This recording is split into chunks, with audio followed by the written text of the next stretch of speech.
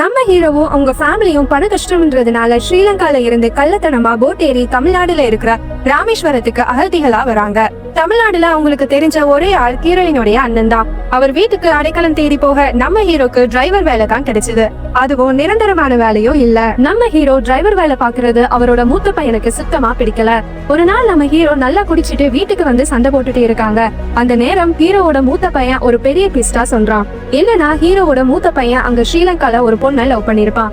ஆனா அந்த பொண்ணோட ஃபேமிலி இவங்க அப்பாவை கொலை பண்றதா மிரட்டிடுவாங்க. அதனால உயிருக்கு பயந்து ராமேஸ்வரத்துக்கு அகதிகளா வந்து டிரைவர் வேலை பார்த்து கஷ்டப்பட்டுட்டே இருப்பாங்க. அதனால ஹீரோவோட மூத்த பையனுக்கு ஸ்ரீலங்கால கேம்பஸ் இன்டர்வியூல செலக்ட் ஆகி ஆபீஸ் போகிறதா இருந்திருக்கும். இப்போ இங்க அகதிகளா வந்ததுனால அந்த பையனுக்கும் அவன் படிச்ச வேலைக்கு போக முடியல. இப்படி என் லைஃபையே ஸ்பாயில் பண்ணிட்டீங்கன்னு அவன் ஃபீல் பண்ணியால நம்ம ஹீரோவும் மனசு மாறி சரி அந்த பொண்ணு கூடயே கல்யாணம் பண்ணி வைக்கலாம்னு நினைச்சா அந்த பொண்ணுக்கு அவங்க வீட்டுல ஆல்ரெடி கல்யாணமும் பண்ணி வச்சிடறாங்க. இப்படி நடந்துட்டு இருக்கும்போது ஒரு நாள் ராமேஸ்வரத்தையே புரட்டி போடுற மாதிரி ஒரு இன்சிடென்ட் நடந்துருச்சு. என்னன்னா யாரோ ரோட் சைட்ல இருந்த குப்பை தொட்டில பாம்ப வச்சிருப்பாங்க. போலீஸும் சிசிடிவி கேமரால இன்வெஸ்டிகேட் பண்ணி பார்த்தா நம்ம ஹீரோ ஃபேமிலியோட கார்ல போயிட்டு இருக்கும்போது அந்த குப்பை தொட்டில கவர்ல ஏதோ போடுறது தெரிய வந்து நம்ம ஹீரோவை தேடி அவங்க ஊர் ஃபுல்லா கேட்கிற மாதிரி மைக்ல ஸ்ரீலங்கால இருந்து அகதிகளா வந்தவங்க ராமேஸ்வரத்துல பாம்பு வச்சதா ஊர் மக்களுக்கு எல்லாம் கேட்கிற மாதிரி அனௌன்ஸ் பண்ணிடுறாங்க.